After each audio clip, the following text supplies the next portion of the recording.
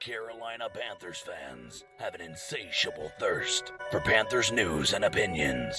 Only one podcast roars ferociously. It's the C3 Panthers Podcast.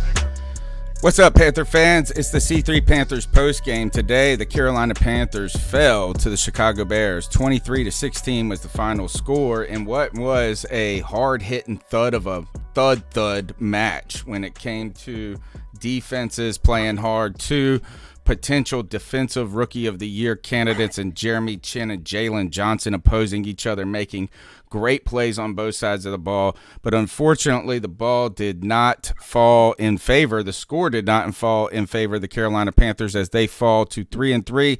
And the Chicago Bears crazily advanced to 5-1 with a defense alone.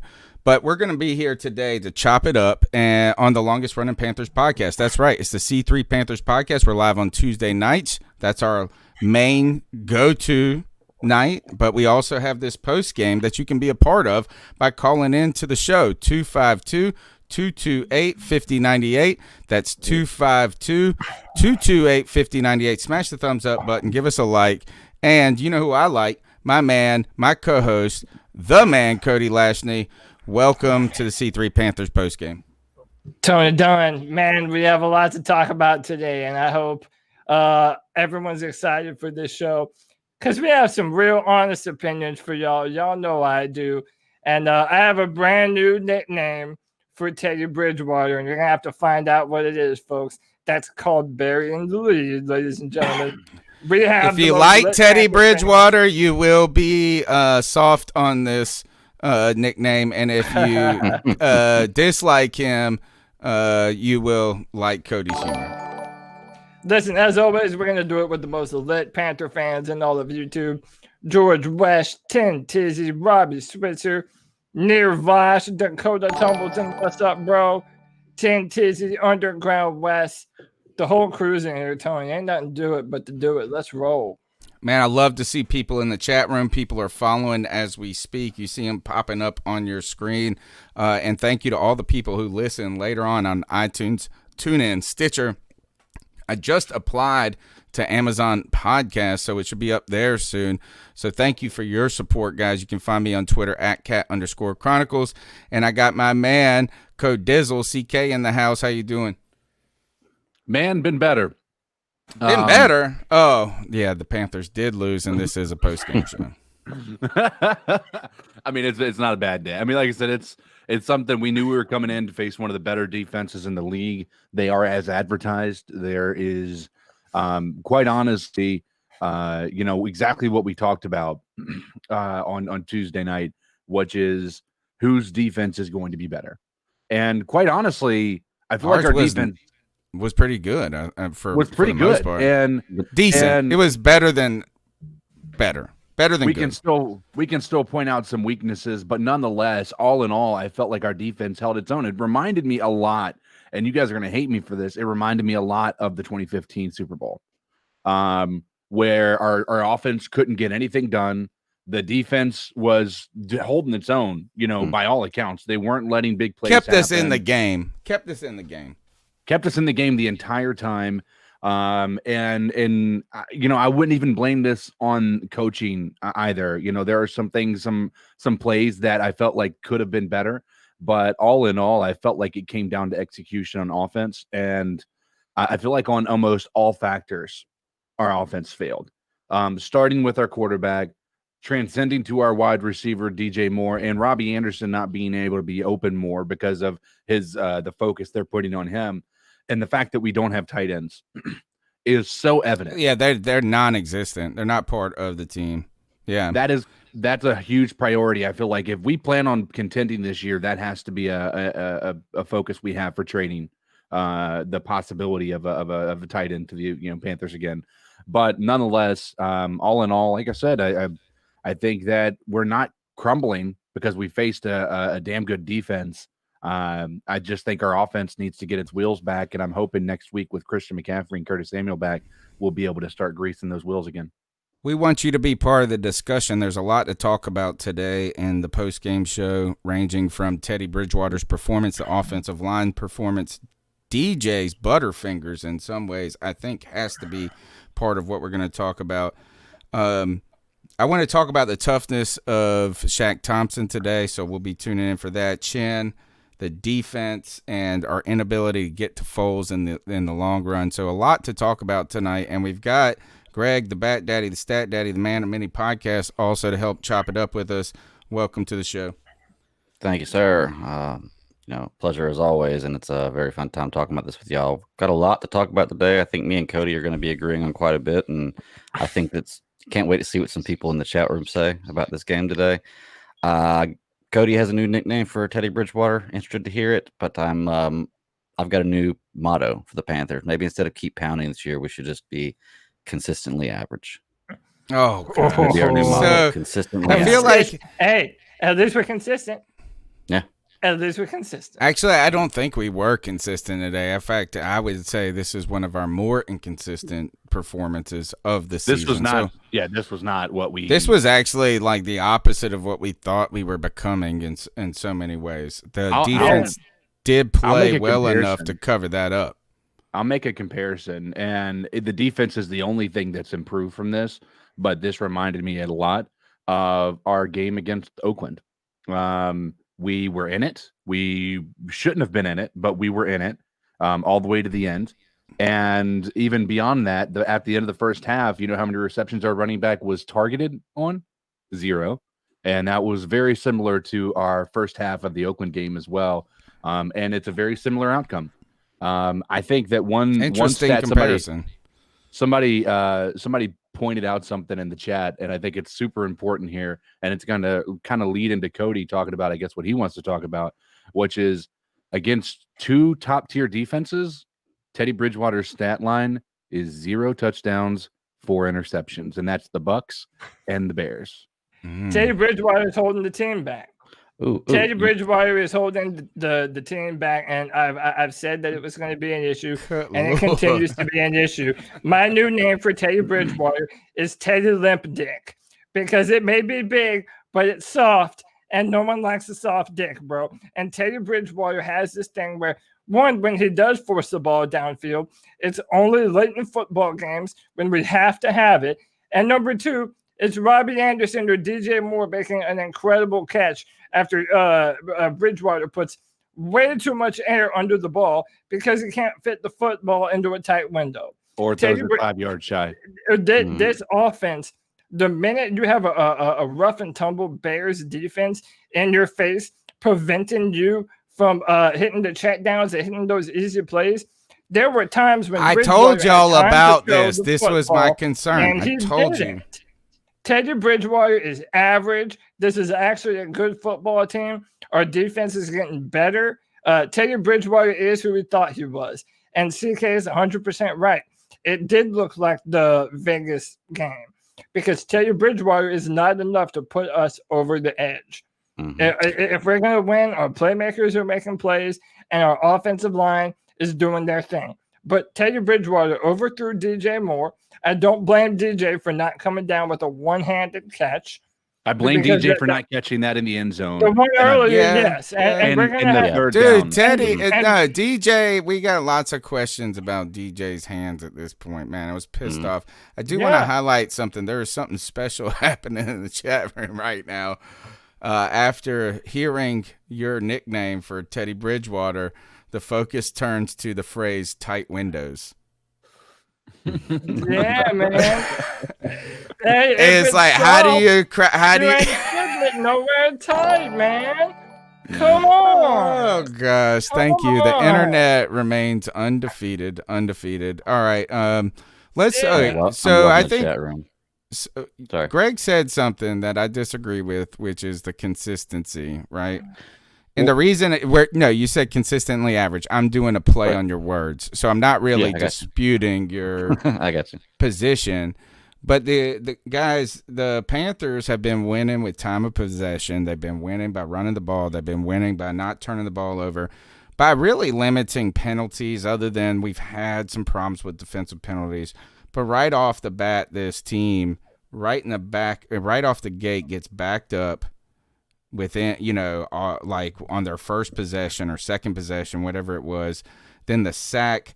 CK, you know what happened. Tell us how this game started for the Panthers, because I don't feel like that was what we've been to this point. And so I would say that arguably this started inconsistently. Yeah, no, it started in it set the tone, and it's a bad tone to set. Granted, we bounced back in the next drive and we were actually making progress down the field, but nonetheless, what happened, we got the Bears won the toss. They deferred, which is the best thing they can do, because what their thought is, I'm going to put our best players on the field first. Yeah. And that's what we've done for years. Yeah. And now they had their defense on the field. So on the kickoff, we take it out of we take the kickoff, we try to return it, get it back to the 20. There is I guess a chop block of some sort, a double team block, whatever that would be. And we get the ball at the 10. And then Mike Davis. So right off the bat, we're behind the sticks. Behind the sticks immediately, right off the bat. And then they're saying, hey, listen, let's get this run game established early. Mike Davis has a lot to prove. Let's give it to him. -1 yard tackle for loss. And then now second and 11 on the 9-yard line. Now the Bears know they've got to pin their ears back, because it's going to be a passing play. We're not going to run it on 2nd and 11 on the 9-yard line. It's not going to be the reality of what we're dealing with right now. And so they pin their ears back, and they go after Teddy. And Teddy is not able to get the ball away fast enough, and he almost takes a safety. Luckily, he gets it down within 6 inches of the line of scrimmage. And then the next play throws a bit of an ill-advised throw with somebody squatting on the route to Robbie Anderson. Again, staring That down. was Jalen Johnson, by the way, who is the competing Defensive Rookie of the Year player against Jeremy Chin right now. So great play right off the bat. Yeah, great play. And it had a lot to do with, if you go back and watch, Teddy Bridgewater is staring down Robbie Anderson the entire time. Yeah, a lot of these interceptions a lot of these plays that are broken up or intercepted, a lot of times you're going to look at it and you're going to see Teddy Bridgewater staring down the person he wants. And a lot of times it's Robbie Anderson. All right, so before we even get to that play, I mean, the sack, the Carolina, Teddy Bridgewater takes this big sack right down on the 1, which, immediately he's in the end zone. So we're sitting there going, is this a safety? We don't know the rules well enough to make the call right off the bat. We don't get the safety, but one of the things that's going to happen in this game is that Teddy Bridgewater is sacked multiple times throughout the game. What I want you guys, as we continue to talk about this, we won't address it at this moment, but fans calling in to the cat calls, how much of those sacks, these 4 sacks, were any of these not on the offensive line? Because I feel like there was a couple of times where Teddy either didn't feel the pressure, thought he had longer than he did, and could have gotten out of this. I think the worst thing you can do is take a sack on the 1-yard line right here to start the game, is my ultimate point. Yeah. I mean, I believe watching this game, I believe the Bears defense confused Teddy Bridgewater a lot. Like, they're good, man. They're good. I told you guys that underneath shit was not going to work against them. But if you want to be a good team, you have to play well against good teams. Yeah. So that's why we're consistently average. And people are, already doing look what Teddy did against good teams. Yeah, they're good teams. But the point being is, okay, listen, we went from, and people are going to bitch that I'm bringing them up, but I don't give a fuck, because you have to, because it's relevant to the conversation. They chose Teddy Bridgewater over Cam Newton. Okay, that's who they decided to run with. So even at times when he does have time in the pocket, he's still dinking and dunking. I mean, our offense is Mike Davis pounding the football. And even on 1st and 2nd down, if you notice how many times Joe Brady calls running plays on 1st and 2nd downs in today's NFL, he's a 31-year-old offensive coordinator. You're going to tell me that he's all of a sudden a conservative play caller now? Bullshit. They don't. I was a little. Yeah, you're right. He can't. Outside of this offense. And Bridgewater is holding us back. Yeah, we got mad last year about the Panthers and how we would always throw short of the sticks, always throw short of the sticks, always throw short of the sticks. I remember us complaining about it. That's what we always do here. It's always a crossing path, like a crossing route short of the sticks. It's insane. And we don't say, and nobody's saying anything about that Bridgewater. I do want to compare Bridgewater real quick for everybody who's talking about Teddy's the truth and everything. Let's compare some stats. Let's just not even say Cam Newton. Let's just go. This Kyle was Allen. not Joe Brady's best game as a play Yeah. caller today, though. And I mean, obviously, if you don't win the game, it's not the best game you've ever play called in my mind. I was a little, and really, I highlighted this in the show last week. I highlighted it when I talked with Bears people. It's been something I've been on top of. Is that I'm okay with Teddy Bridgewater not being able to push the ball downfield, right? Like, I mean, I understand it. Like, I mean, I'm not saying I'm okay. Like, I wish he could. But I'm not saying he's bad because he can't. Like, he does these other things. So last week we saw this. We won with an underneath offense, these soft underneath things. And it worked. And these guys are making plays afterwards. But Cody's right. You ran into a defense, and this is what I've been telling you about the Bears defense. Their secondary is good enough to play in more man coverages and say, good luck beating us downfield. Like, good luck with that. And we're going to have these big boys come after you. And that's exactly what happened today, in my opinion. Now, and in fairness to Teddy Bridgewater, there were plenty of times where he was not aided in this process. Number one, you see Mike Davis fumble the ball for the second time in his career. Second time in his career, I think that's the truth. That's crazy, stat A. But B, Mike Davis should have just trucked that mug instead of trying to make a move on him. You had DJ Moore drop multiple balls in this game that should have been caught. And here, let's turn the conversation quickly to DJ Moore before we get into the calls. When DJ Moore comes out in the beginning of this game, it might have been on the actually, before we go to that, interestingly, we turned the ball over right off the bat on our own 9-yard line or 7-yard line or whatever it is. Like, we're down there. They start on 1st and 7 on Carolina 7. They did get a touchdown out of this, but I would say even with that, that was what kind of beginning was that? First of all, there was a timeout called by Chicago. Then there was a delay of game by Chicago, and then Carolina called a timeout. What kind of progression of events was this? It took like 12 minutes for one play to happen in this game. They then ended up throwing a touchdown. It was I won't say a lucky throw. I thought the defense looked fine in it. It was he just put it in there. Man, it was close. We were close to being. We had a good stand until that great play, guys. All of a sudden, the Panthers are down 7-0, but not out of the game. Any comments about that series of events before we move on? The whole game was crazy. The best part was when we traded turnovers. Like that. That was later. Yeah, Jeremy Chin makes a great play. Then, Mike Davis just kind of fumbled the football, and then Nick Foles goes and throws it right to Chin, and then Teddy Bridgewater throws it to Jalen Johnson or something. No, Eddie Jackson. Well, no, Kyle Fuller made the tackle, and then Eddie Jackson got the ball and ran it in for a touchdown. But they said that it was. I knew. But they said that Fuller was too early. But really, we were lucky. That ball should have never been thrown. Like that ball should. We got some. Thrown. I'm glad we didn't. If they would have got the ball there, it would have been game over. But again, those are the only range of passes that Teddy hits consistently. So, of course, they're going to do that. And by the way, that's why Eddie Jackson was waiting for something like that to happen. Look, I'm going to stay on this until whoever doesn't believe it starts to believe it. Teddy Bridgewater is holding back what is otherwise a really talented offense with a good offensive line. I mean, the Bears defense beat the hell out of Teddy Bridgewater today, but our offensive line didn't look terrible either.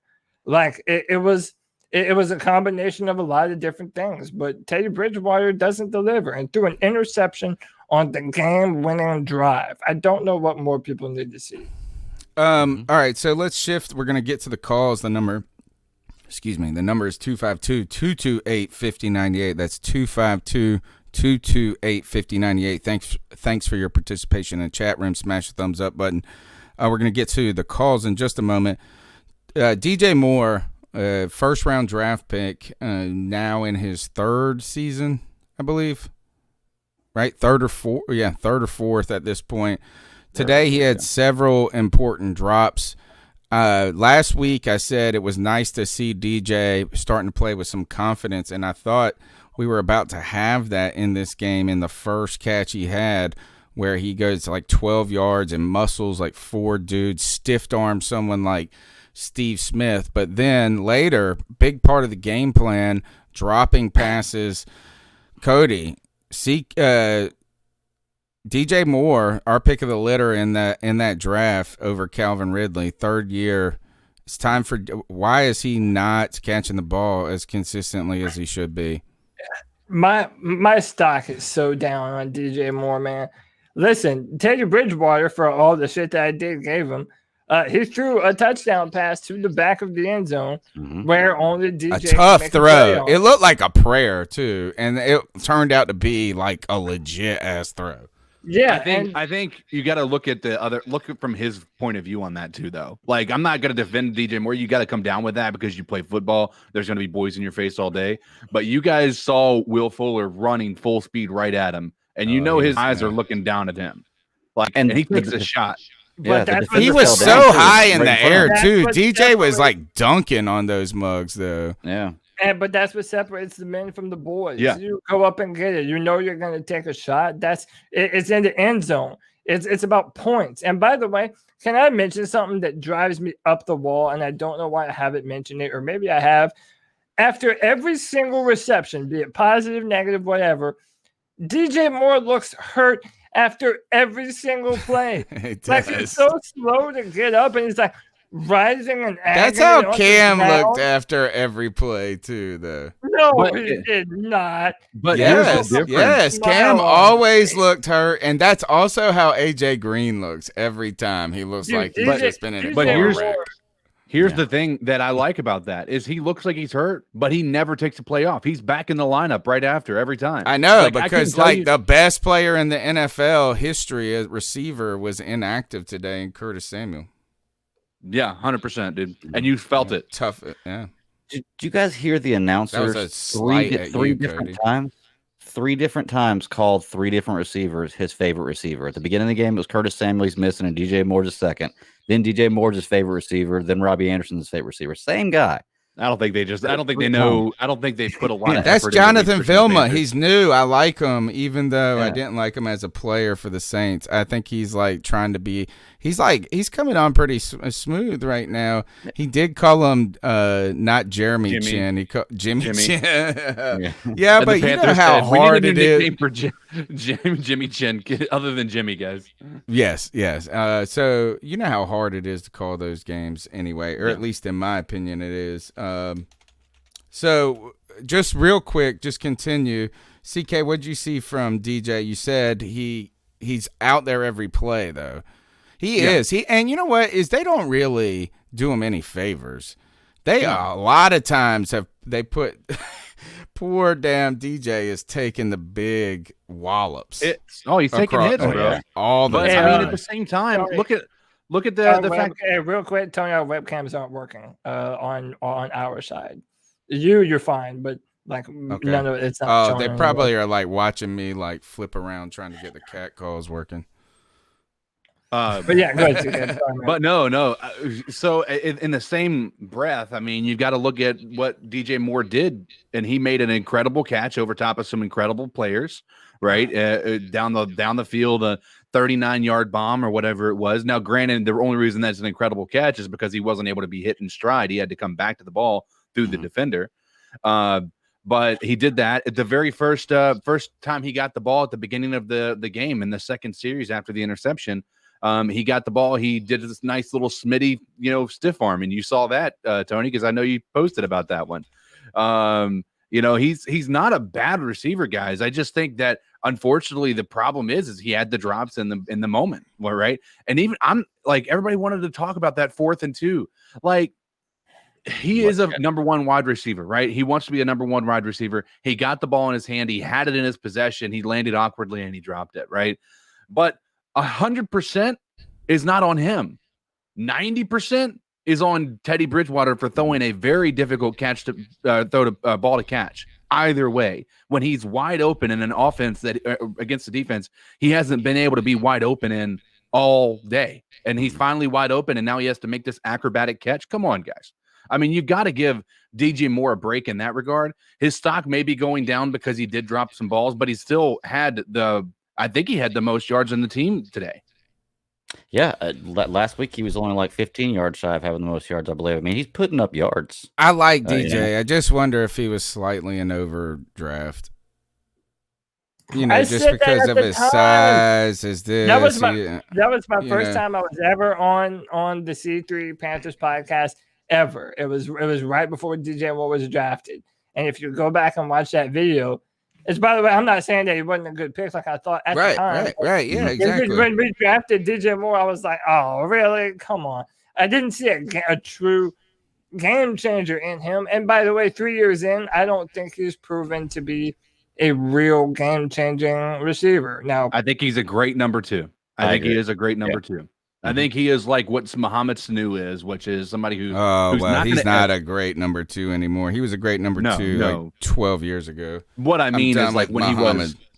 he was I've been defending Mohamed Sanu recently, Yeah. and I got egg on my face. So I'm tired of hearing his name. All right, let's go to the cat calls. The number's 252-228-5098. Smash the thumbs up button. Tell us what you think about this game. Teddy Bridgewater's performance, the defense, Jeremy Chin. We want to know what we've got, what we're missing. Let's see what you guys got to say. Yeah, it's pretty. You shouldn't do that to somebody. And how did that make you feel? Very uncomfortable. So how do you think catcalling makes the person feel? It feels good, like. Who's that cat sitting in the back corner with his face buried in his nose? Who's that kid that can use one?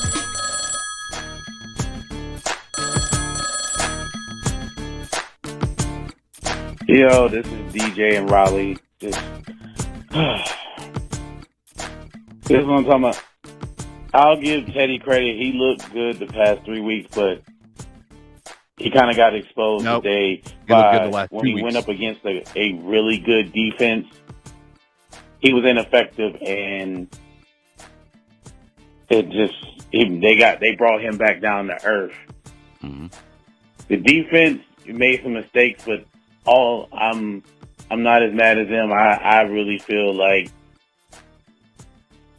it was Teddy that really cost us this game with those two picks. But 3-3 is not so bad. So it is when you look at the schedule. Hopefully next week we can bounce back and see what we can do against New Orleans. So as always, keep pounding. One of the questions I have to you guys, and not he said the defense was not, you don't really put it on the defense at this point, or I thought the defense was pleasantly good. Now they're going against a very, very bad Chicago Bears offense. And despite them having like Nick Foles is a little streaky at times, despite having Allen Robinson, they don't have a run game. We were able to really limit that, it seemed like. But the one problem I had with our defense today is that we seem to be getting pressure and never got home. Ever. Like, I think it's every time I was standing up cheering, going, this is a sack, and all of a sudden it's a 7-yard completion. Mm-hmm. So here's my question though. Like when you look at that, the problem is that the other teams are watching the tape, right? They see Gross Matos making a ridiculous pressure rate, just like Brian Burns makes at 13% pressure rate, right? Those are insane numbers to have. What they've game planned for is to get the ball out early. They didn't take deep shots against the secondary. That seems to be was considered a weakness. They were getting home if Foles was holding onto the ball longer. The problem has been stemming not from our pass rush and not from our secondary. It's from our linebacking core. When you look at the linebackers and a lot of these passes that are thrown, they're either in the right over the middle and tight ends and everything. And you see Shaq Thompson's being slow. I feel like Shaq's lost a step, guys. He is so slow right now. It feels like to me. Slow. And then you have man. Whitehead missing tackles. I mean, like they are attacking our weakness, and that is our linebacking core without question. Do y'all miss Luke Kuechly as much as I do? Because man, I miss Luke Kuechly. I miss AJ Klein, bro. Like think about that. I think I would rather have AJ Klein in this lineup right now. I mean, I would too, but man, like the drop off is real, and not only are Shaq Thompson and Tahir Whitehead playing like boneheads, like what CK said. Shaq Thompson's just slow. Like he's slow to make a play on the football. He's not a consistent tackler. He doesn't wrap up, but he's more consistent of a tackler than Tahir Whitehead. That's for damn sure. Dude, Tahir Whitehead, he will miss. He'll take bad angles. He'll miss tackles. He'll let a guy bulldoze him over. Like, not only are we missing the greatest linebacker, maybe to ever play the game, but we have not even a serviceable number 2 behind him, and we paid Shaq Thompson all that money. Like, listen, I don't really want to shit too much on our defense today, because as much as I do think there were players that dropped the ball, like, dude, our defense did everything really that you could have asked for them today. Yes. I mean, they didn't get the sacks. That's the one thing. They did not get home. But other than that, the secondary made some great plays. Jeremy Chin, I'm a believer. And I will say this, is that if Jeremy Chin continues on this progression, you're not going to like to hear this, Cody, but that means that our Marty Herney made one of the best hits in the history of football. To get like a small school dude who is just all of a sudden like, he looks like he should have been doing this for Alabama, bro. I had him rated as a first round pick. I'll say a good pick. Marty Herney's job. My song remains the same. Marty Herney is not doing anything that it's a really good. He's playing insane. Jeremy Chin's incredible. He's playing very good. That's what I say. He's playing very good. Next to Brian Burns, he's my favorite player on the team. Yeah, Brian Burns right now is easily my favorite player. Was Burns active today? He was. Yeah. Okay. And he was getting to the quarterback. It's like I said, they just game planned. They knew how quick these guys are off the edge, and they were game planning around that. They were getting the ball out. Foles got a little lucky at times. He really held it to the last second and got away with it. I think that the defense was, like I said, I was actually okay with anything. Now, I got one thing. I've been probably the hardest on Shaq out of anybody for a long time now because I wanted him to be so good. Today was actually my favorite game by Shaq. I didn't see. I saw. I know it's only one thing that happened. Him and Jimmy Graham got into it, and Shaq did not back down like a punk. If he would have backed down like a bitch, if he would have backed down, I would have never worn Shaq's jersey after today, ever. Like I was like, do not, and he did. He was like, thank you, Shaq, for not being a pussy when it came to Jimmy Graham. Okay. Sorry. I mean, he's a hoe. That's like, y'all, it meant a lot to me. It obviously did not mean as much to you guys. No, I think this. How about this, man? Dude, Jimmy Graham's a hoe. Like, he was always getting into He's from Goldsboro, North Carolina, I think. It don't matter, man. He was always getting into fights with Thomas Davis. Like, dude, I'm telling you, on the field, like, he's extra talented. But he's one of those guys that you just know he's annoying as fuck. He's old now at this point. He's a hoe. All right, let's go to the next call. Well, C3 fam, you already know it's your boy Josh from Mass. How about Teddy, the pile of steaming dog shit Bridgewater today? What about him? What you got to say? Who's going to come on this bullshit ass and try to defend this steaming pile of shit motherfucker? Who? Come on. Bet. Ain't nobody got no excuse. This man is trash. He was exposed for what he really is today. And man, I was almost fooled into having optimism. But no, the truth was revealed. Under pressure, the man crumbles like a saltine cracker in the back seat of a car that a child is sat on. All done, all over. It's time. Get over it. We're going to play the dumb game and maybe win 8 games this year and just bone ourselves out of a great draft pick? Nah. Bench Teddy.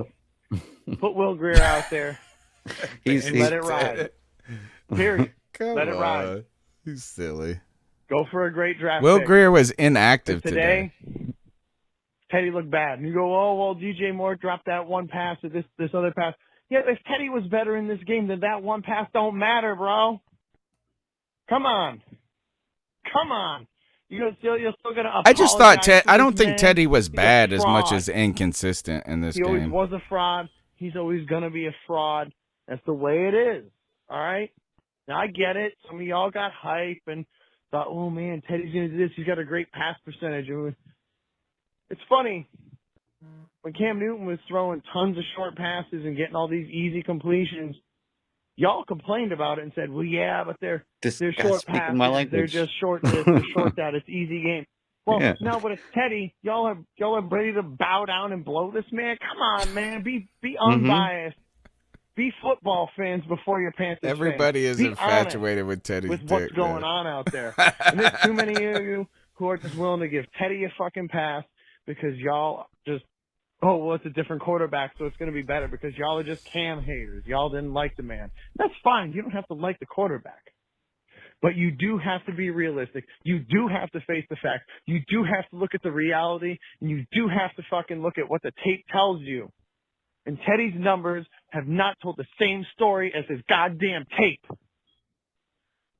Motherfuckers who know what the fuck the game is, know what the fuck I'm talking about. Josh from Mass, out. Spit that talk.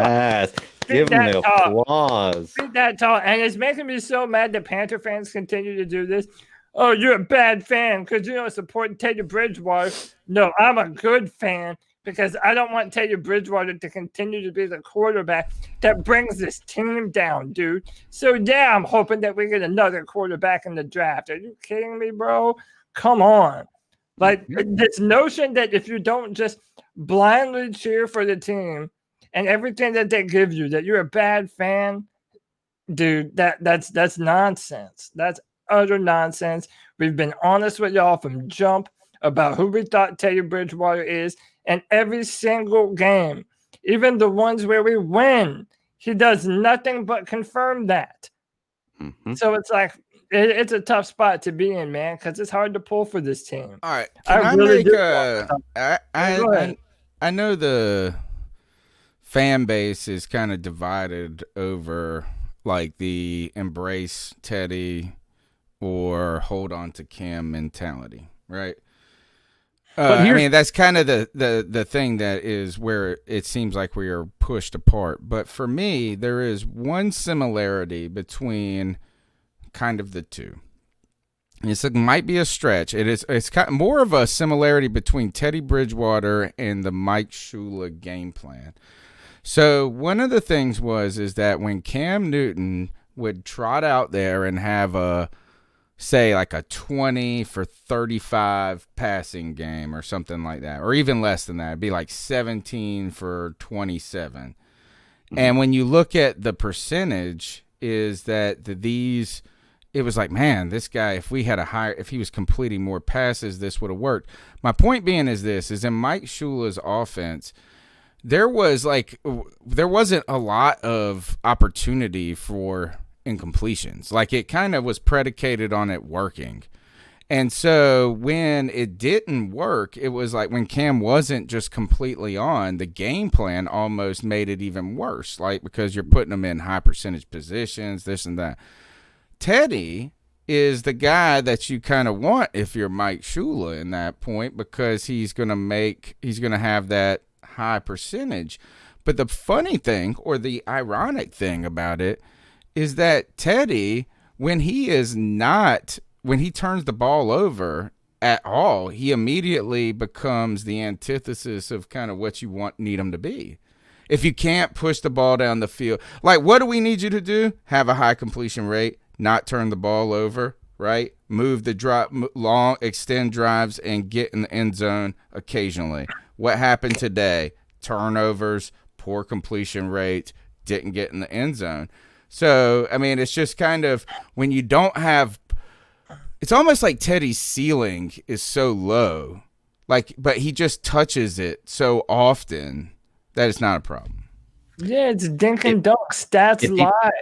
If he played on an 80-yard field, he'd be an MVP candidate. Oh, yeah. All right. I don't want to dump on him too much. CK, what'd you have to say about it?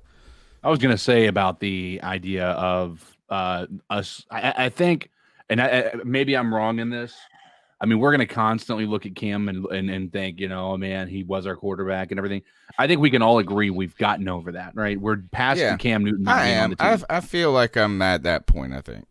I think I am too. I'm not watching the Patriots thinking, oh man, I really wish we had Cam again, right? I mean, I know some people probably are, but I'm not doing that. And it's not because he didn't have a good game today, but it's just because it's exhausting to live that way. Right? I am, and maybe that's why I'm so depressed because I'm doing it now more than ever. CK, oh gosh, I'm with CK. I'm starting to be fatigued. I miss Cam Newton more than I ever have, and I don't care who knows it, and I don't care who gets their feelings hurt about it. I miss Cam more and more all the time. But what I would say is what I was the point I wanted to make was I think the majority of the fan base is moved on, right? Mm-hmm. But the people that are still criticizing Teddy Bridgewater, they're being used. Their love of Cam Newton is being used against them. Right now, I'm criticizing Bridgewater without any comparison to any other quarterback. Mm-hmm. Right. And so to put it into perspective, I just think Teddy Bridgewater hasn't played. If you look at the numbers, guys, he has only played well in 2 of his 6 games this year. Mm-hmm. Right. Think about that. He lost to Oakland, was not good. Lost to the Bucs, was not good. The win against the Cardinals, guess what? He didn't play good. He didn't. Go back and look at the numbers. He was not the reason we won that. But he played well against the Chargers, and he played well last week when we played the Falcons. And then guess what? Now we face another top-tier team, and he didn't play well. So maybe you start to look at the numbers over the past 6 weeks and say, maybe Teddy Bridgewater doesn't play well. Maybe he just plays. Somebody said he's fine, and that's how I exactly feel the same way. It's just fine. It's not bad. Fine. It's not good. No, it's like they said he's not good. He's not great. He's not bad. He's just fine. And that I think that I'm with that. Is that that's the point? Is sometimes what if you were a team and you didn't have that fine at least right now? Possible. If it doesn't equal potential, no. We did not have fine last year. Stop. No more of that.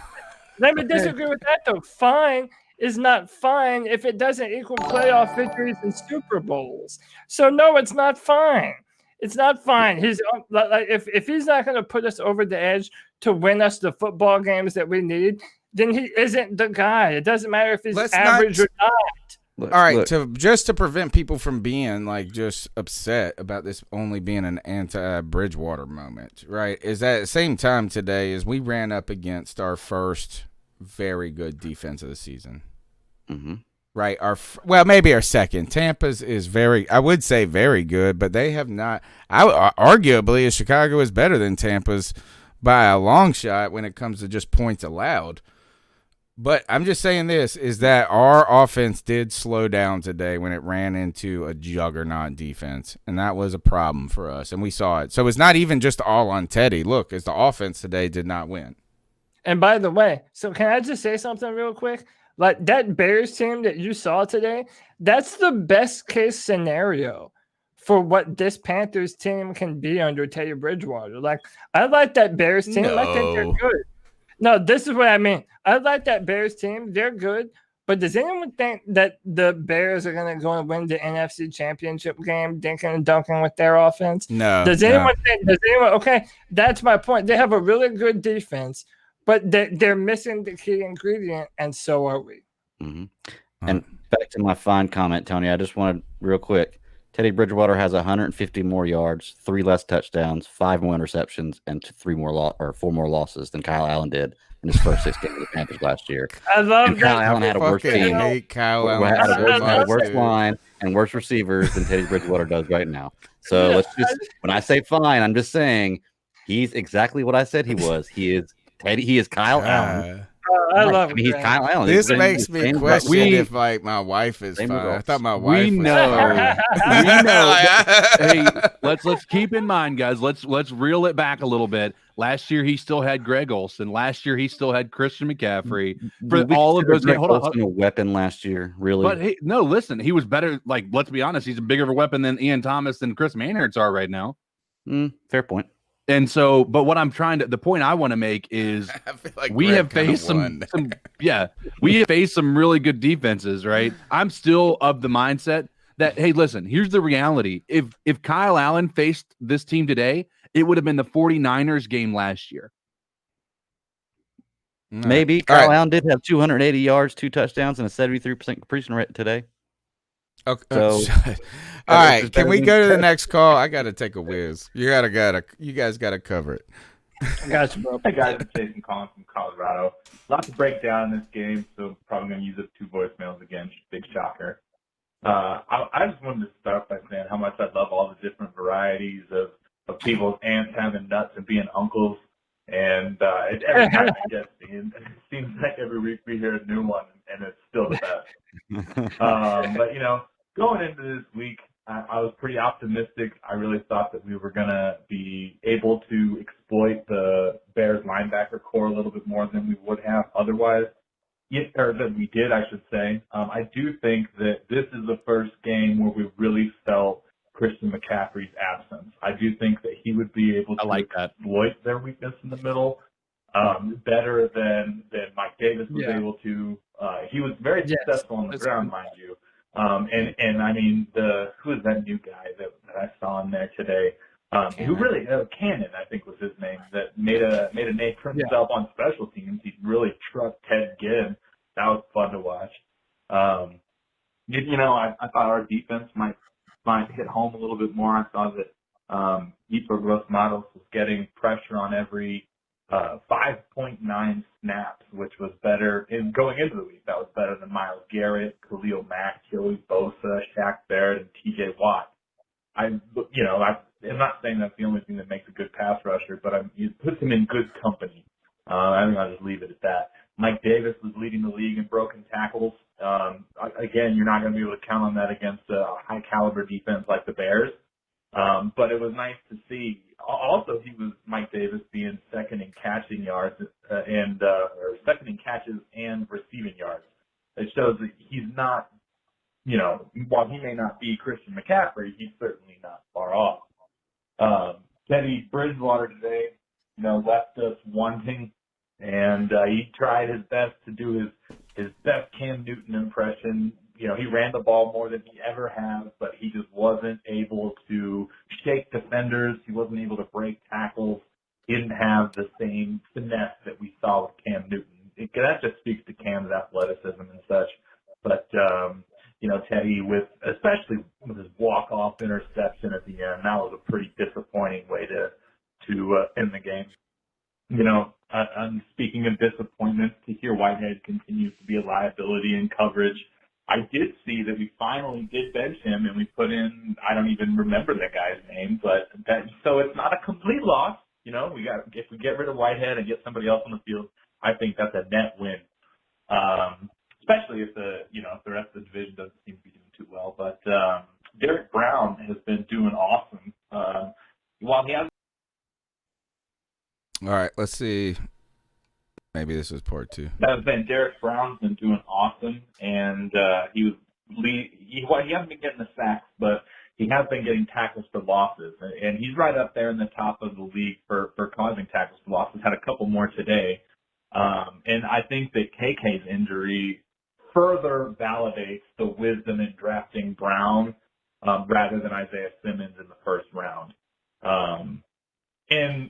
I think, like I mentioned it last week, that the announcers don't know anything about Carolina, and I saw nothing to correct that this week. I kept hearing Jimmy Chin, and maybe that's a nickname or something, but I've never heard it. I think they were just screwing it up.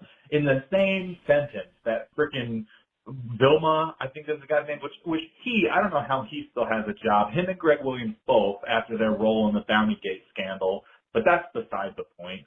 They would say in the same breath, Jeremy Chin did this, and then they'd call him Jimmy Chin right afterwards. And they said that Derek Brown was a 7th-round pick, and showing the camera reviews of the Jerry Richardson statue out front that's not there anymore.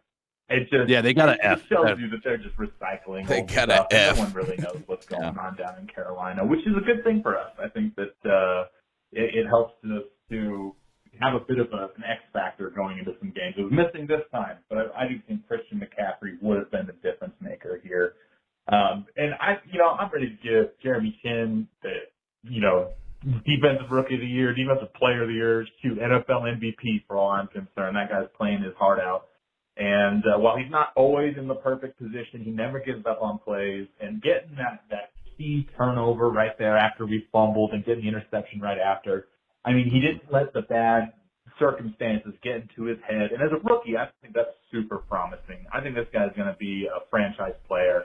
And I don't think that's going to surprise anybody, but good on for Chin, and to be able to pick him up in later rounds and still be able to reinforce the line, which is, I would argue, a more important position earlier in the draft. I think it really shows the wisdom of the coaching staff. And I noticed a lot in this game that the officiating was just straight up trash. I mean, it wasn't just the calls and the spots, which is the way that most people see it. They were blowing calls both ways. The pass interference on Shepard when he dropped the ball, I don't think should have been pass interference. I thought that was a good hit by the Bears defensive cornerback. But they weren't even like whistling dead ball fouls dead, which is like an active role that they're supposed to play. And so there were players absorbing unnecessary hits because the refs weren't blowing their fucking whistles. And that really upset me, in addition to the multitude of poor calls and bad spots, which don't let me undervalue the significance of. All right, so we'll just talk on those for a moment until I go to the next call, guys. Is that a lot to unpack there, but mostly that the officiating was interesting today, to say the least, and the color commentary was less than interesting. Yeah. Less than interesting, and I just put this in the chat room, too. No one's ever going to really know or care about Carolina until we give them a reason to. And that's one of the reasons why I say that Cam Newton is a GOAT Panther, because it gave everyone a reason to know and care about who the Carolina Panthers are and what they're doing. Right now, we don't have that. And I wanted to touch on something that you said earlier. You said that this is one of the first games where we felt the absence of Christian McCaffrey. Loved that statement. Yeah, and that was a really good one. And I wanted to touch on that too. And I think what he means is not necessarily running the football, but everything that Christian does for us with the passing attack, the ability to be able to work the middle of the field. How about this, though? I do think, again, I don't change any of my opinions on Bridgewater, but I do think that today's performance was hampered by the loss of Curtis Samuel and Christian McCaffrey, especially when you see how this offense is ran, and it is a lot of shorter pass and dink and dunk plays. I mean, Christian and Curtis excel in those types of yards after catch scenarios. Well, especially when you saw Mike Davis come off a little gimpy, looked like he was struggling today. Like he had not only struggling to get going, but also potentially hampered by, I don't know, some sort of calf or ankle, whatever it was. Well, and that happened early in the game, and I think you could feel that throughout the entire game. He wasn't trucking through guys. He was making efforts, but yeah, you're 100% right. I think his injury was very visible today. And that would have been a time where having a Curtis Samuel in the hole, or obviously having the star in Christian McCaffrey, would have been remarkably helpful. That's the thing, is that when you are missing, great players make your team better, and Christian McCaffrey would make our team better, and good players like Curtis Samuel would at least help. I did want to ask you guys about this, the fourth down where we opted to kick it, and Joey Sly misses the 54. I was not happy with that. I thought that was a time we should be going for it on fourth down, and I tweeted it before we actually decided to kick, so it wasn't like I'm sad because we missed the kick. Yeah. I mean, is that I really felt like we were on close to their side of the field. It's a 2-yard play. You were already, I think There was one time where I mean, if you are going to go for it, not go for it, but if it's 3rd and 10 and you throw it 8 yards, well, you got 8 yards on the last play. Why, you don't have enough confidence you can get 2? Like, I would open the whole fucking playbook up and say, let's do it. Like, we need it at this point. So I was a little upset with that play. I won't say that. Yeah, that play call. Like, I just thought that this was a time that the 4th down analytics crew would have won. Well, I think that it's worth mentioning too. We're still seeing way too many, especially in a down to possession game. Too many screen passes against this defense, which is known to not let those happen, and not a single one worked. Not a single one worked. They were waiting for one of them to break free. Not a single one worked. You go back and look at one of those screen passes and tell me which one worked. Nope. I'm not going to find one. I agree with you. And Their defense gave our offense problems. The fact that Robbie Anderson was such a small part of this game plan shows you how good, in my mind, is how good that secondary was. And I didn't feel like they were like having to double team them necessarily. So can I make 2 predictions? Joe Brady isn't going anywhere because, and this is why I made that prediction. Why would he go anywhere? He's way too early. Because this is not the offense that I think even Joe Brady wants to put on the field. And I think all those things that you guys just said, like the screen passes that continuously don't work, not going forward on 4th down, that is an indictment of who these of maybe what Joe Brady and other people of the coaching staff think of Teddy Bridgewater in those scenarios. Mm-hmm. Like we continue to come back to the same thing. I watched so much LSU film recruiting all those LSU players that came out last year. And listen, I'm not saying that our play calling has been like terrible or putrid or whatever, but it's certainly not the dynamic, high scoring, high touchdown passing offense that we're. Well, isn't that a sign of a smart coordinator though? Is that, I mean, he knows what he's got. That's the thing, is that we always talk about, or at least that's what we continued to say when this coaching staff came in, is that the one thing we were excited about, all of them, particularly Matt Rule and Joe Brady, is that they coach to the players that they have rather than only getting players that they like, believing they have a scheme that is smarter than the NFL, than anybody. And that might work temporarily, but what you have to do is ultimately you don't get the best players every year. You don't get, people get injured. It's not a perfect on paper thing. So you have to work with what you got. And I think that you're seeing this is that obviously Joe Brady's offense is tuned to working with what he has. And I actually was I loathe people who pine over every play call, right? Like it just gets, because I don't really know and this but I did say before the game started today, I was like, against this defense, I would love play action on 1st down. And to say, to soften them up. And we ran it on 1st down and it didn't work. And I felt like, I won't say that set the tone, but I was sitting there going, geez. But you got to wonder, is he playing to what he has rather than, or is this his offense? Go ahead, Greg. I just want to, you were talking about the 4th down situations earlier, and there was one in particular in my mind that I wanted to ask y'all about. It was the 4th down on almost the goal line, where Teddy did the hard count and he drew him offsides, and we got the encroachment call, and we got the 1st down, and then we still didn't score a touchdown. We kicked a field goal. One, I don't know why, if you went through that much trouble, you would kick the field goal after you already got that 1st down. And 2, I don't understand that penalty, because the defensive players are allowed to move pre-snap. Even if they cross the line, if they touch somebody that's encroachment, if you cross the line and the ball's not snapped, as long as you get back, it's not. There is some sort of rule where they believe there is some sort of caveat in the rule that is if it causes the offensive player to jump. But he didn't. I watched the replay. The offensive player didn't move. Like the defensive lineman jumped and then got back before the ball was snapped. Didn't touch anybody. And did you hear the commentator? And they did jump on that one. I remember. Yeah, because it was on the right side is the guy who did the encroachment, and the left side you saw our right tackle, I guess, Moten, jump. Okay, but maybe that's where I missed it. I was looking for the guy in front of him. But did Vilma say too that they never thought they were going to go for it? But that like they were trying go to for it. Like the whole point was how can we that's say what that he we know said. they were gonna go? How can we say that he was we like know the whole that point was to get an offsides? Like Right, we're not really going for it.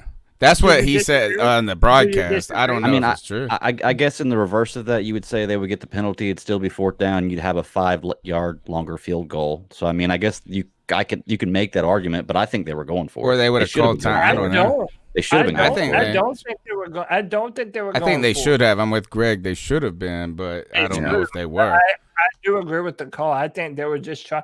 Which, by the way, that's good coaching too, because ultimately it worked. It got us a 1st down. Yeah. So it's like, if you think they're going to jump, you should go do that. So, but at the end of the day, I don't know if they didn't. I don't know if we're.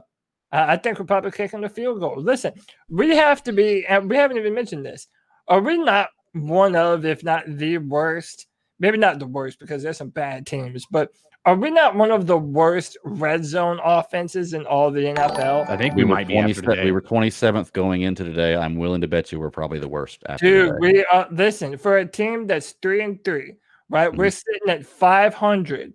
We have one of the worst red zone offenses in the NFL and cannot put the ball in the end zone to save. And by the way, we've had one of the good. worst red zone offenses, I feel like, for 5 years. It feels not like. this bad, but that's Maybe why I not, said if you but with 80 fields, you have an MVP quarterback. At least while or Cam 80 fields, 80 been, yards. At least while Cam had been going through his from 2018 to 2019, sure. But dude, Cam Newton, even 4th and 1, 4th and 2, man, I'm still going with No. I mean, I got that. What I'm saying is we've never just been a high efficiency red zone team. No, I would even go back to our best year. It felt like it was either I mean, I know when you're on the 1 yard line, that's considered the red zone. But, I feel like we were scoring a lot of touchdowns from 20 yards out in that season. Anyway, my point is, I'm just saying is that this is not new, A. B, we've seen what happens. And this is the rule of the NFL, is that if you can't get in the end zone and your defense don't hold the other team to 15, you ain't going to win. You're going to lose, You just can't win with 17 field points goals. is that line, yeah. Yeah, I mean, every now and then it happens, but unless your defense is – Bears are better, right? It's not going to work. Numbers 252-228-5098. Mine was my first time using 3 voicemails, but here goes. I'm almost done. The dead ball fouls were just unacceptable. The refing was trash. But I had a couple, I wanted to ask if y'all thought that the personal foul should be challengeable. I don't know if that's something y'all talked about before, but it seems like if you're going to let things like pass interference be challengeable, well, I feel like there's a more clear definition of what constitutes a personal foul, and the significance of that can really swing a game one way or the other, a missed call or a no call. And I personally feel like that should be challengeable. People say that it'll make the games run on longer and things like that, but I don't think you should increase the number of challenges available. But there's context where I think that if somebody's doing, grabbing a face mask where they shouldn't be, or throwing a punch after a play that doesn't get caught by a ref, that those things should be challengeable by the coaches who do see it. But I'm going to give my award for, the player of the game. Farrell Cooper was my favorite signing of the offseason. I know that Anderson has made a more significant impact, but my personal favorite and the one that gives me the most peace of mind is Farrell Cooper, seeing him back there fielding punts or not fielding punts as he sees fit. It's really taken a load off my mind during the off or during special teams plays. My ISO pick. People who are saying that you're not a real Panthers fan if you're still cheering for Cam or for Ron Rivera, I think that's nonsense. I still cheer for Sean McDermott. I cheered for Smitty when he left. I cheered for Pep. And I'm going to keep cheering for Cam. These guys have given tons to the organization. And Greg Olsen, I want him to be tremendously successful, and even if it's not with Carolina, because those guys have given us everything. And I think that it's selfish of us as fans to suggest that once you leave, you're dead to us. But anyway, I think that's all that I got for this week. Thanks for listening. Thanks for giving me a place to share all my thoughts. I love what you guys are doing with the podcast. Thanks for calling, man. We appreciate the support, and I have wondered a lot about how to make I would not say officiating better, but the challenge process better, right? More efficient, more effective. One of the things that I've had a problem with is I kind of hate when you slow-mo everything. Yeah. And it's like so slow, and we have such great cameras, and they're like, there's one blade of grass touching his foot, and he's out of bounds. Like, I kind of like an sort of eyeball. Like, I feel like it's ridiculous. It's so hard to know what a catch is. Like, I mean, that dude caught the ball. I saw it. And then you look at it, and there's like, did it move a quarter of an inch? But what I think we should do, so somebody brought up in the chat room, is that they got rid of the challenging for PI. Like, you could challenge that because it was a debacle. Like, not only did nobody know how to use it, the refs never changed it. It was terrible. Like, I think the way to solve this is that the NFL should want their product to be the fairest product in the world. Like, they should want games to not be decided by refs. Like, I think it would make football better. At least, maybe I'm wrong. Maybe they like the controversy it causes. But what I feel like is that the NFL should have a series of officials that are watching from New York that have an orange flag that can flag any play that is egregious and missed. Right? Is that like, so I saw yesterday in the ECU Pirates game, the spot was off by a whole yard. The cameras had it. Everybody had it. It really didn't take any time. Like, why can you not just admit that there's a sort of human error and we've got this second layer of defense here? Then the teams aren't punished for it. I think that when you challenge a play and you're punished for it if you win or you lose, it's kind of messed up in a certain degree. So why can't the NFL step in and say, like, we reserve the right to confer, not overturn, but confer with the officials on the team, on the field, and we have a cleaner game? I think that's what they do, though, to some degree, right? I mean, like, they don't do a full-on review. Like, but there's some plays that aren't challengeable. There's certain things, you know what I mean? It's like we're watching it. We're all, yeah. Like, I think they need to do more.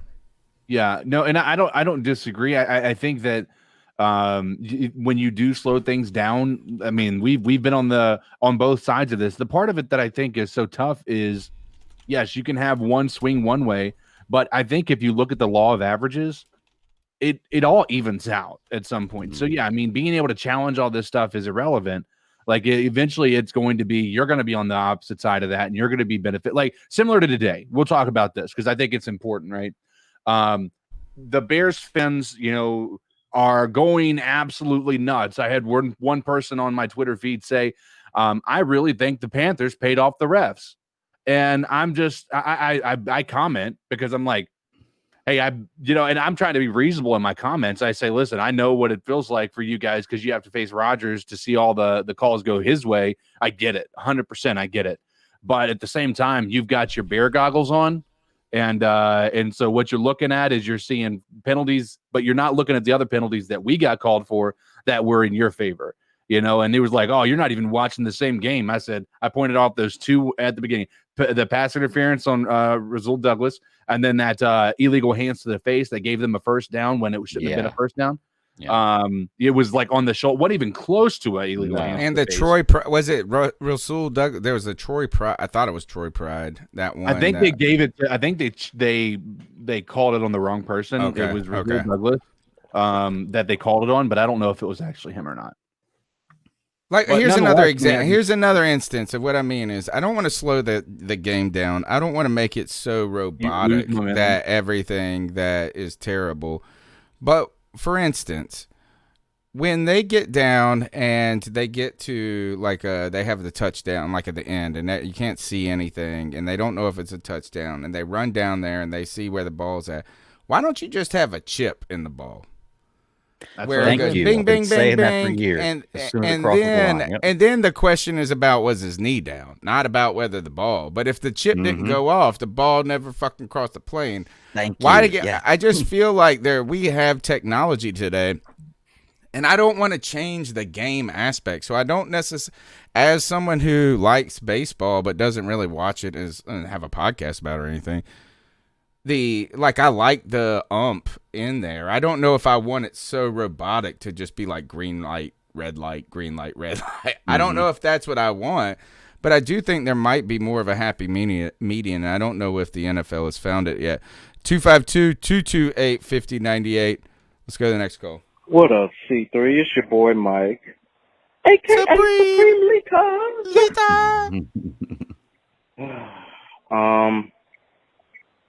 All right, let's go ahead and give credit to where credit's due. That defense, they did their thing. It was only so much they could do. Rasul Douglas continues to step up. Chin, always liking Chin. Who can't like Chin?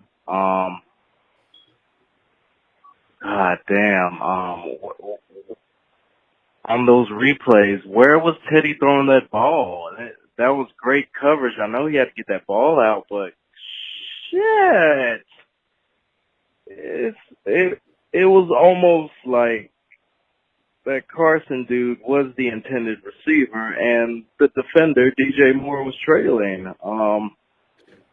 Speaking of DJ Moore, he had some good plays. That last play wasn't on him. He did his best to try and catch that ball.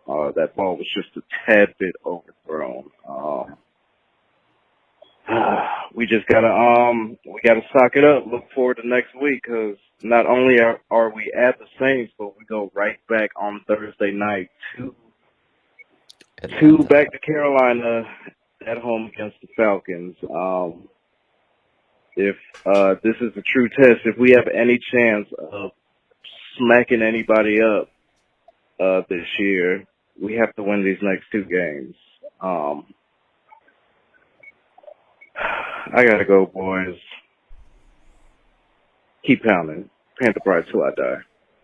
I think the sad part about today's loss that's probably going to get lost in the moment of us just bitching about Teddy Bridgewater or whatever it was, is that we were on a 3-game winning streak, and today was a game that was winnable. The defense played well enough.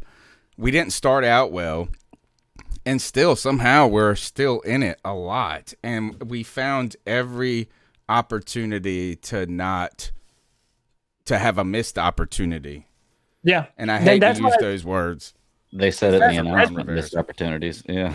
That's why I said earlier, man, that's why I'm making it a point to be hard on this offense and to be hard on our quarterback and DJ when he didn't make plays, because for the most part, this was a good effort by the Panthers. I think that we know who the Panthers are now. We're a middle of the field football team. We don't have enough gusto to bounce things the right way once it gets really in the opposite team's favor.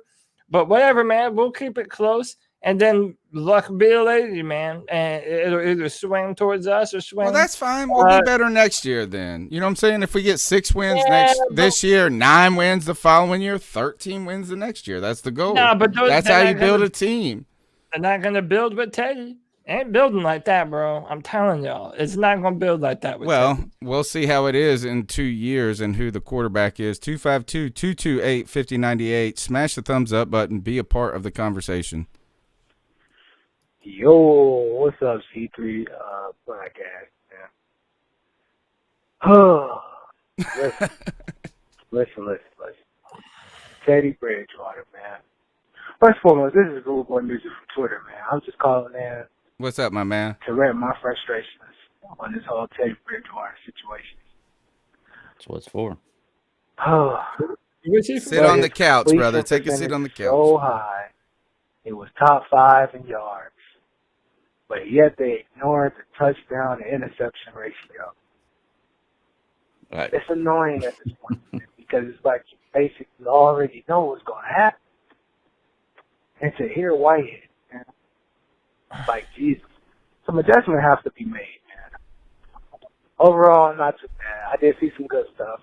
I want to see DJ Moore get more aggressive, making those contested catches, man. Mike Davis with that fumble, yeah, uncharacteristic.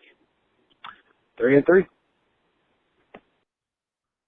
All right, good comment in the chat room right now from Jason Lewis. I like this. We are good enough to be disappointed by a loss to a 5-1 team.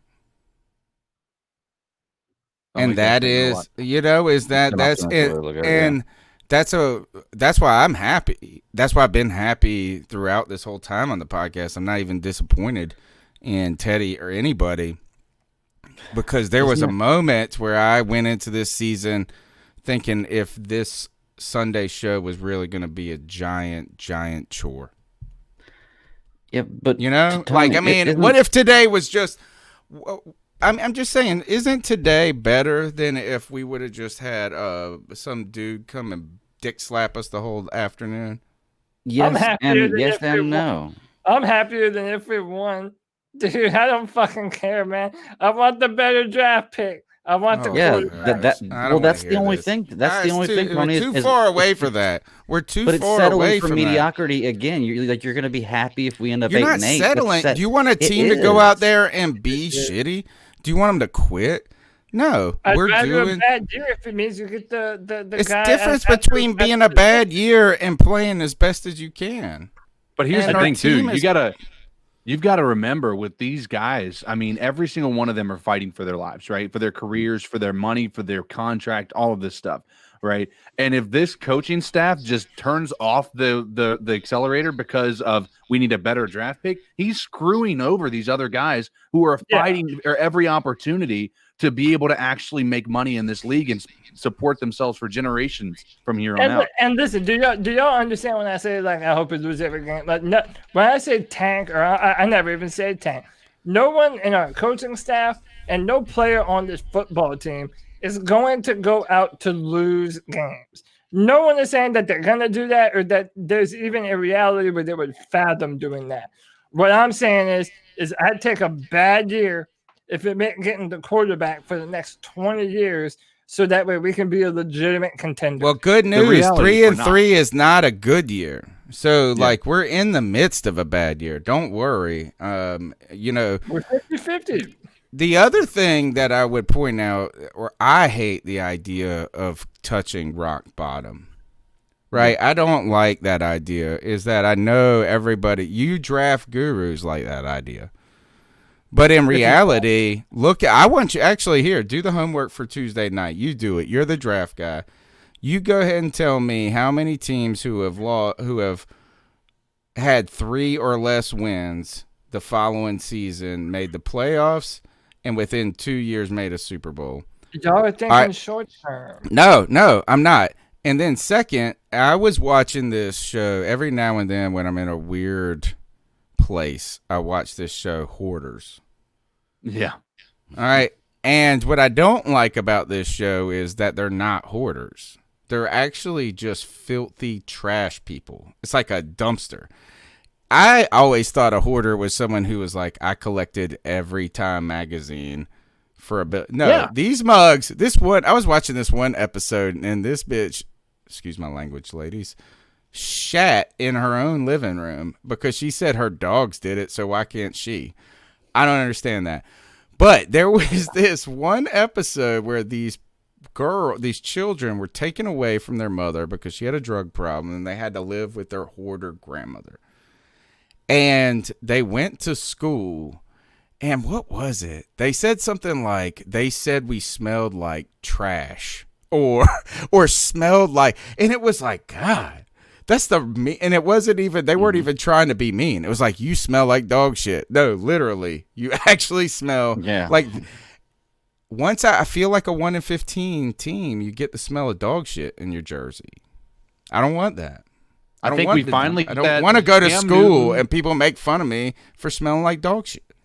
Yeah, we got that taste out of our mouth with Cam Newton being our quarterback for most of the last decade, right?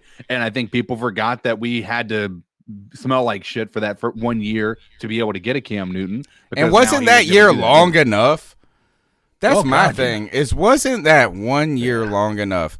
Oh my God, it was. I actually might have had one of the most fun times I've ever had at the worst game ever.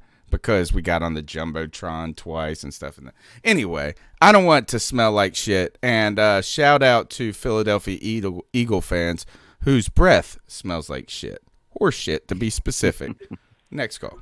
Hey, what's up? It's your man, Hunter Bands, checking in.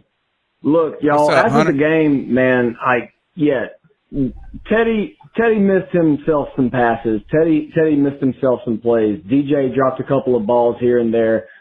Man, here and there, everywhere. We were looking like in each loss that we've taken, it's been taken to a good team. We've been competitive in all of those losses. And I think that's something that I was actually looking forward to coming into this season. So yeah, a 4-win streak, that would have been kind of overshooting the moon there, but I'm going to take where we're at, and I'm going to take it with a grain of salt. Yeah, we could have been better in a lot of places, but, man, at least we've been competitive in those L's. All right? All right. Yeah, man, I kind of feel that way. DJ Moore had more than 2 drops. It's Nova Black. Looking at the game today, Black. Just lost to Chicago. I'm going to say, I don't think we did too bad today. We didn't do horrible. We could have easily got blown out, That bend but don't break defense held up just a little bit. The offense played sloppy. I think Cody tweeted it or somebody tweeted DJ Moore had butterfingers. It was a collective loss, man. Mike Davis fumble, a bunch of screw-ups, man, left and right.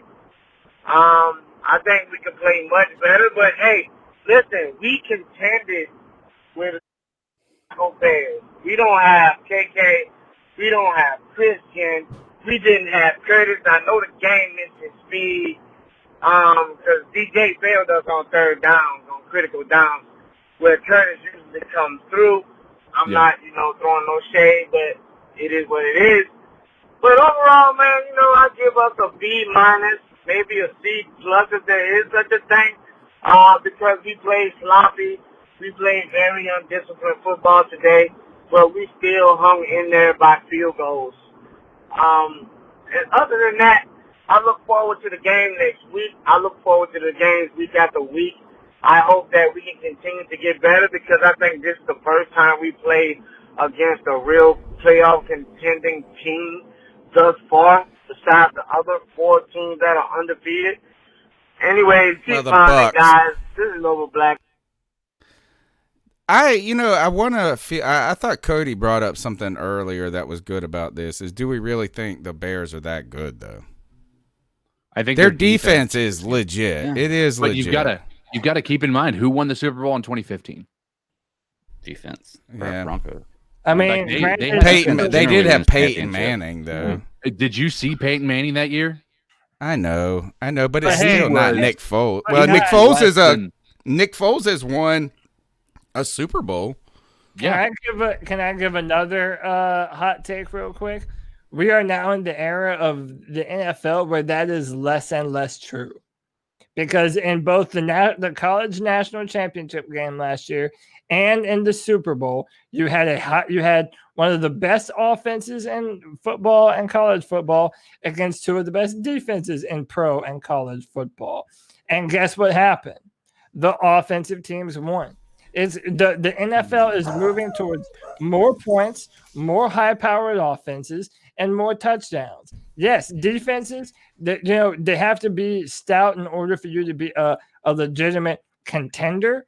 But now with the spread offense coming into the NFL more and more, it's hard for the offense to be wrong. So whenever you do have the receivers and the quarterback, like for example, I mean, I'm not watching the whole game right now, but Rodgers and Mahomes and Roethlisberger, guys. Rodgers is getting beat down on right now, bro. Yeah, they're getting destroyed 28-10. And they should be up 28-10, to be honest. And then, interceptions on Rodgers. Yeah, and I have to disagree with your comment there, Cody. Maybe last year, but if that's just last year. If you go back and look at previous winners, the Patriots had a better defense than the Rams. The Eagles had New England had a better defense than the Eagles that year. Patriots had a better defense than the Falcons. Broncos had a better defense than the Panthers. I mean, Seahawks won that when they had a better defense. Broncos. I think you have to just have. I think you got to have a top 10 in both. That's really what it comes down to. Right. That's also not even what I said. I said we are starting to move from where that. So it used to be defense. 1 year though. The defense. I'm saying it's moving in the opposite direction. That's the trend. And I think there's enough evidence to say that. I don't think it has to be either or. I did hear last night in the Georgia game, the Georgia-Alabama game, that the commentator said that Nick Saban is just having to accept that you're not going to win games with the opponents scoring 12 points anymore. Yeah. You can still have a good defense and then give up 20 points. We know coaches know too much about how to build a high-powered offense. You have to be balanced, man. That's the key, dude. You cannot be one or the other anymore. There was a time in this league where if you had a singularly great defense, you could win. And actually, you know what? That might even be a false statement. There's like 3 teams that have done it. There have not been a tremendous amount. You guys are going to point to the Broncos. I'll point to the Ravens, like in my time. Seahawks, Patriots have always had a top 10 defense, almost Brady's entire career. Yeah, but they've been always balanced, though. The Patriots I never have felt have won with defense only. So think about the teams that have won where they didn't have an offense at all, right? Okay, so you could say, all right, maybe we'll give you the Broncos in 2015. I would actually give you this, is that you're probably going to have to go back to the Ravens when they won with that guy that's always on the Flacco. No, even before. Ooh, maybe Flacco, but the one before that, the guy that, his brother. There's like 3 brothers, and they played. One played for Seattle. Shannon Sharp. You talking about? No, quarterback. These white bald quarterbacks. The Ravens won with him. And then the Bucks won back in the day with that Oakland quarterback. Somebody in the damn chat room help me. You guys, Brad Johnson, exactly. Yeah. Then you go back to the 85 Bears. But other than that, you didn't have teams that were just winning 12-9 Super Bowls entirely. I mean, I feel like you have to be a balanced team. Anyway, let's go to the next call, 252-228-5098. Hey, this is another CK fan club call. It's the CK fan club president. But I just wanted to say member number that 1. I know the narrative at the end of this game is going to be that Teddy threw that pick, and that he doesn't do enough, and he's not good enough, and blah, blah, blah, because that's what we do on Sunday for some reason. But I just want to go on the record now and say that we're playing a great defense with a great front four that gets pressure to the quarterback, and I think we saw that the first drive when he threw that first pick.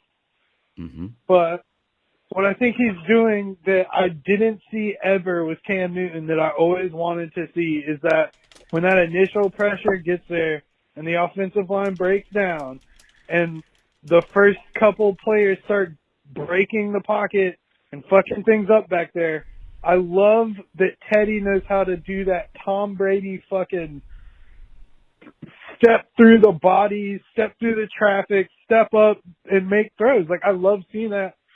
I hate that you guys look at him on paper and are just like, Teddy does do that well. He climbs the pocket well. Well, he is an NFL quarterback because he's a quarterback in the NFL. Oh. So he gets that chance that everyone else gets on game day. And I think really what I see from him is that we haven't played a game where we weren't in. I think he gives us a chance to win. I love how he steps up in pressure. I love how he sticks to the game plan, sticks to the offense, and just does what he fucking does. Like, he's a workhorse. I fuck with him. I really wish you guys would relax fucking bashing them every fucking Sunday, but whatever. All right, how about this? In this game. I think. Talk to you later. All right, so I do appreciate the one fact is that Teddy does climb the pocket well. And for Cam, who never climbed the pocket, who just sat there, is that there is something that gives another half second. So there is something to be interested in his footwork there. But I want to ask this question to you guys. What was Teddy's worst game? Was it Tampa Bay or this one? I mean, you got to remember in Tampa Bay, he was down 21-0 and came back too almost. But so that was a decent game. I would say this one, to be truly honest with you. The turnovers were not as egregious in this one because they looked ridiculous in that Tampa Bay game to start this. But Tampa Bay, look at what they're doing to Green Bay right now. Their defense ain't nothing to sneeze at. No, 2 times we've gone against a good defense. They always Teddy has not been very good. Sorry, even if we're just looking at a stat sheet, no touchdowns today and interceptions. The point of Teddy Bridgewater is to have no interceptions, even if you get no touchdowns. Right. He's got guys. You got to remember right now. Even take out if you look at his work against lower tier quality defenses, he's got a phenomenal quarterback rating with with touchdowns to interceptions ratio. I would say he's got to be. I mean, right now we know for sure that he's 6-1. Those 6 touchdowns to 1 interception. But then you switch that flip to the elite defenses. He has 0 touchdowns for 4 interceptions. Mm-hmm. That is not I don't care what you're getting. That is not how you win in this league. You can sit here and say, oh, well, we had the run game. We had this. Neither of those games we had run game. None of them. So in my opinion, this game was worse because even though he might have thrown more against Tampa Bay, guys, literally, you can't make this up, man. Our defense gives us a chance to go down the field at the end of the game and tie the game. And on the first play of that drive, he throws the interception that lets them kneel out. And listen, man, whatever. If people want to say that we're just needlessly bashing on Teddy Bridgewater, listen, man, there are Panther fans across YouTube, across Twitter that are gonna blow smoke up your ass and tell you, oh man, we just had a shucks bad game. And hey, maybe they're right. I think our defense played great. I think our defense. Yeah, I think that was the thing is our defense was flying around for the most part. I like how they gang tackle. I saw a lot of cool things on defense, except for one cool thing I did not see: any sacks. Right. Yeah. Bridgewater ain't it, and I'm gonna knock that bell, ring that bell till the cows come home. All right, let's go to the next call. I think this is part 2. Hey, what's up, guys? Big shout out to CK for always preaching the gospel on post-game shows. It's my big man, CK. My question for y'all after the first half, though, is why fucking big Bob Marley poster energy Trey Boston can't fucking do anything. What does he do? He gets hit in the fucking hands when Foles throws up that fucking duck. We got to talk about that too. That was a ridiculous 4-point game. Foles throws a duck that's intended for Trey Boston, lands in Trey Boston's hands, and he can't even fucking catch it. What is this guy's fucking problem, dude? Jeremy Chin is the best player in our secondary, which is embarrassing because he's he doesn't play in the secondary technically. But you're right. Where did he even come from? Somebody come get the fucking bass player for the Toots and the Maytals out of this fucking secondary, bro. I can't watch it anymore on Sunday. Whatever, guys. I think this game is winnable, but we'll see what happens. Keep pounding, boys. I think, though, you guys brought it up a little bit earlier, is that the middle of the field linebacker seems more problematic. I'm actually been kind of slightly impressed by the secondary. You know what I mean? With who we've got, with the things that we've done, they have not been, I feel like they haven't given up giant plays. They haven't looked ridiculously out of position. There's been some times, they got a first down here. They shouldn't have. Some different stuff like that. But I don't see, I feel like they're playing above their station. You know, they came out of the bedroom feeling good. Like, they, did their best job with her. I don't know if the linebackers are like that. Right. Except for Chen. Chen is the obvious exemption. I think that call was interesting, or that set of calls is interesting because, we've been talking about this whole show about how we thought the defense played well and how they held up, and Teddy Bridgewater was, was subpar, was not great. And that call was the exact opposite about how great Teddy Bridgewater was and how terrible the defense was, which I'm not saying he's wrong by any means. It's all what you see, but it's just interesting to see how people can look at the same thing and see different stuff. And stuff maybe that others may have missed. Like I said, I'm not saying you're wrong by any means, but that call was the exact opposite of what we've all been saying all day long. If you notice that. We held them to 23 points a day. It's not the worst effort by our defense. Our offense could not get above 20. So that's 7. They're the highest scoring team. They're the highest scoring team in the fourth quarter in the NFL. The reason I would say the Bears, they've scored 55 points in the fourth quarter coming into this game. I would say it's not impressive that we held them to 23 points if it wasn't for the fact that they had incredible starting field position on pretty much every time. Yes. Yeah, exactly. Right. You're right. You're right. That's a good point. I heard a former college defensive coach saying this, is that if our offense turns the ball over, so they get a fumble, they fumble, they intercept or whatever, that they consider it a win if the opposing team gets 3 or less. So you turn the ball over, we want to hold them to 0, but if we hold them to 3, that's a win for a defense. And I felt like we were kind of winning in that case a little bit, if that equation works. All right, game balls. Anybody got a game ball today for anybody? Jimmy Chin, not Jeremy. Jimmy Chin. I'm gonna give my game ball to Jimmy Chin, man. And how about I'm a dab on them folk to Jeremy Chin. I'm never gonna stop dabbing on them folk, man. As much as y'all tell me to forget about Cam Newton and move on, the more people tell me to do it, the more I'm going to actively not do it. And I don't care if that just makes my life even more miserable. Anyway, I'm dabbing on Jeremy Chin. I think he's incredible. I think that we do have someone that our defense is going to be able to build around for a long time. We can do a lot of things with him.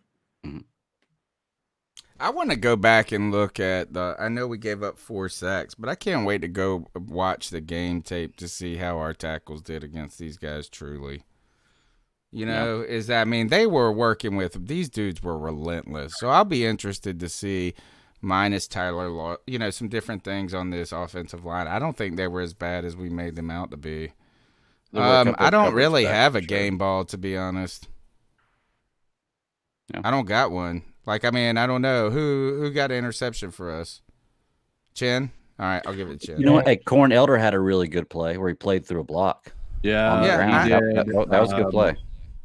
I'm trying to think of who was just exceptional on this team. Not exceptional, but better than exceptional. And I don't think I usually like to go to Robbie. Nope. It was just, not a big day for him. DJ, I got some issues with the way he played. You know who gets the game ball for me? Who? Our punter? Curtis Samuel, man. You see what happens when he's not in the lineup, bro. Oh! That's the one right there. That's the game ball of all game balls. Interesting. All right. Greg, you got one? Mine was going to be Jeremy Chin, but I'll just say Jimmy Chin, like I said, so that way we can have a different one. That's right. All right. Don't forget, guys, the number is 252-228-5098. We're here live Tuesday nights on YouTube. You can download the longest running Panthers podcast, the C3 Panthers podcast, iTunes, TuneIn, Stitcher. Tuesday night, we'll have some guests in here. We'll kind of take a break. We'll get to rewatch the game, the tape, and try to figure out what was going on and how we can proceed. I think we got the Saints next. Yes, Saints and then Falcons, right? All right. Or is it Falcons next? I can't remember. Keep cheering. Right now, we got to cheer for a Green Bay comeback. Yeah. That's for the rest of And who the Saints play this week? The Saints play. They're on a bye week, I think. Oh, they're on a bye. Okay. All right. So we need to be cheering for Green Bay now. All right, Cody, tell them how they can follow you on social media and wherever else they hang out. You can find me. You can find me on Twitter at CodyLac, CodyLac. And this Wednesday, there will be another brand new mock draft on drafttech.com with new comments for the Carolina Panthers and their draft pick written by yours truly. CK, where can they find you? You can find me on the Twitter, I should say, very clear on that. Twitter. You can find me on Twitter at Coach His Dizzle wife Allen. is like, you're what? And she can find me on You can find me there. You can find me on Instagram, same username. And also I stream most nights, mostly playing Call of Duty or Phasmophobia or Among Us on Facebook Gaming. And it is also, you guessed it, Coach Dizzle Allen. The man with he always has these great lines that make me want to watch his video just because they're about his head being shiny or receding. Did you see what my most recent was? Like the biggest, clearest head. What was it? Like No. The most recent one that I did, I think I did it last night. It was I'm bald because my brain absorbs everything. There you go. I like that. All right, Greg, where can they find you, the Man of Many podcast? Man, like you said, I'm on a bunch of them. You can find me at the Bat Daddy 52 on Twitter. Check me out there, and you can see everything that I'm on. If you find me there, you'll find everything. Geek Ultimate Alliance Network. Y'all get a chance, check it out. November 7th, doing a 24-hour charity stream for the BC Children's Hospital. If you're interested, hit me up. I'll give you the link. My name's Tony Dunn. You can follow me on Twitter at @cat_chronicles. You can find our work at carolinacatchronicles.com, and on YouTube is like the main platform we roll on. Twitter and YouTube, or at least that's what I do, and I think what I do is the coolest, and I just don't have the energy for anything else. What I do plead for you is this: is we don't ask. I don't want to ask people for money, because that's not why I do this podcast. I just do it because I like to talk about the Carolina Panthers. But I do want to ask you and beg. Just for your support in the show. And what I mean by that is support to me is just when you hear this show that you share a link on Twitter, that you share a link on Facebook, that you tell somebody about it. If you want to, if not, or you give us a thumbs up, a thumbs down. That's it. That's it. That's the coolest thing to me is when I see people in here spending their good time with us, having a good time talking. Tell your friends who you think might enjoy this community about it. We'll see you on Tuesday night live, 9 p.m. We'll have Picking with the Professor as well as Scouting the Saints this week. A lot of content still coming. And we're going to get back on top, guys. Don't listen to Cody and them. It's going to get better. I'll see you guys.